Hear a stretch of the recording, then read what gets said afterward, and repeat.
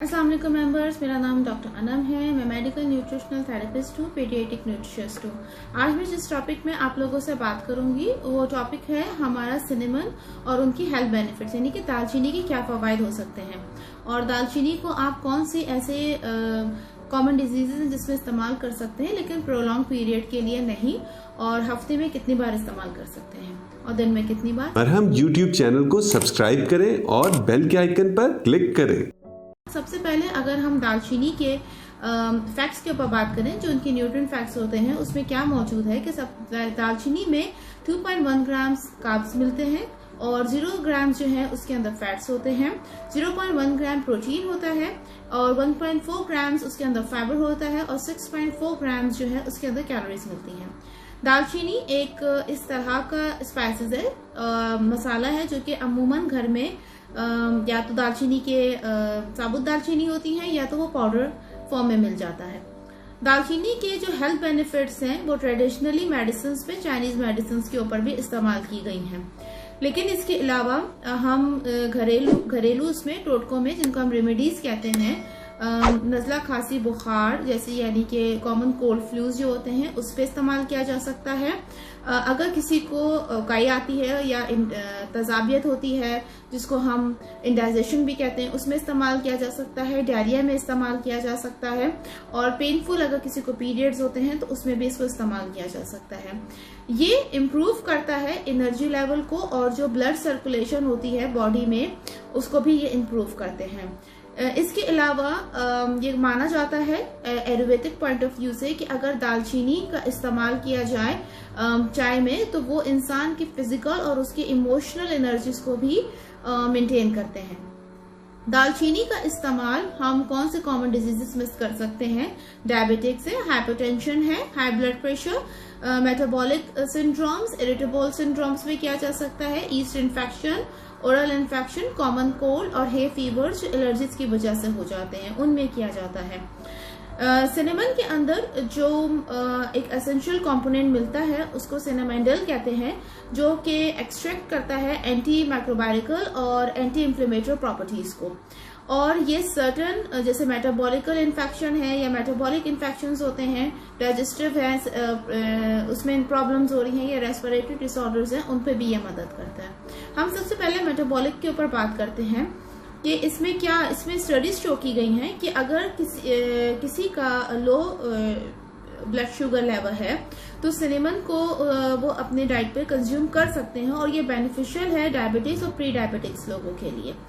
कितना वो ले सकते हैं? इट अप्रोक्सीमेटली अबाउट 1 टीस्पून या उससे कम, इससे ज्यादा नहीं लेना है और दिन में सिर्फ एक बार लेना है, और हफ्ते में आप इसको सिर्फ 3 बार कंज्यूम कर सकते हैं। क्योंकि डायबिटिक्स के पेशेंट्स मेडिसिन के ऊपर भी होते हैं तो वो अपने डॉक्टर से सलाह लिए बगैर और डाइटिशियन से सलाह लिए बगैर ये नहीं ले सकते हैं।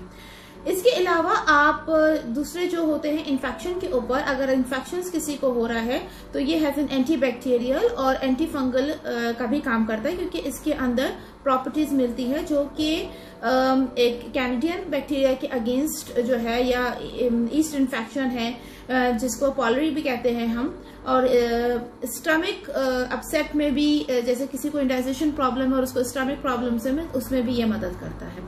तो ये भी आप जो है just a pinch of it आप अपनी डाइट पे इसको यूज कर सकते हैं, चाहे वो आप अपने खानों में इस्तेमाल करें, दलियों में इस्तेमाल करें।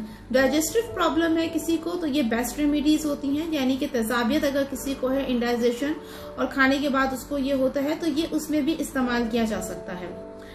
सिनेमन जो है वो रेस्पिरेटरी प्रॉब्लम्स में भी इसके जो सिनेमन ऑयल्स होते हैं वो बेस्ट होते हैं और वो इम्प्रूव करता है इंसान की मूड को, उनकी एनर्जी को बूस्ट अप करता है, उसमें भी इसको इस्तेमाल कर सकते हैं। इसके अलावा वो इम्यून सिस्टम को भी स्ट्रेंथ करता है, मजबूत बनाता है, और कॉमन कोल्ड और फ्लू जो होते हैं, जो इन्वायरमेंटल होते हैं या क्लाइमेटिकल चेंज की वजह से हो रहे होते हैं, उसमें भी ये हेल्पफुल रहता है।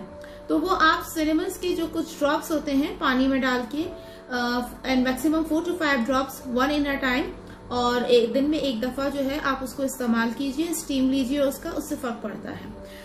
पॉसिबल साइड इफेक्ट सिनेमन के बिल्कुल होते हैं। अगर आप सिनेमन को हाई कंसंट्रेशन में इस्तेमाल करेंगे, चाहे वो पाउडर फॉर्म में हो या ऑयल फॉर्म में, तो वो आपके लिवर को डैमेज कर सकता है। इसके अलावा सिनेमन आपको हार्टबर्न, इंडाइजेशन और आपको पसीने का भी जो है साइंस एंड सिम्टम्स देता है। तो इसको ओवर कंजप्शन में नहीं लेके जाना है। जैसे मैंने आपको बताया, आपने अपने डॉक्टर्स और डायटीशियन से पूछना होगा।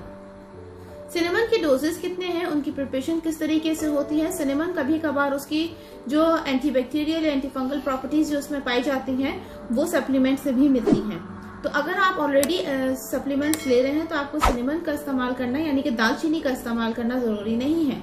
और अगर आप नहीं कर रहे हैं तो आप दालचीनी का चाय भी ले सकते हैं और उसको पानी में भी ले सकते हैं।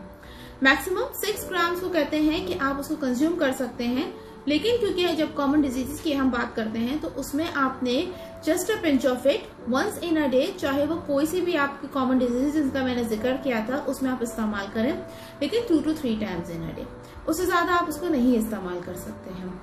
Thank you for your time, और मैं इंशाल्लाह फिर कभी दूसरे टॉपिक्स के साथ आऊंगी। Thank you. मरहम यूट्यूब चैनल को सब्सक्राइब करें और बेल के आइकन पर क्लिक करें। अभी मरहम ऐप डाउनलोड करें और किसी भी मसले के लिए 2000 से ज्यादा स्पेशलिस्ट डॉक्टर से ऑनलाइन ऑडियो या वीडियो कॉल के जरिए बात करें।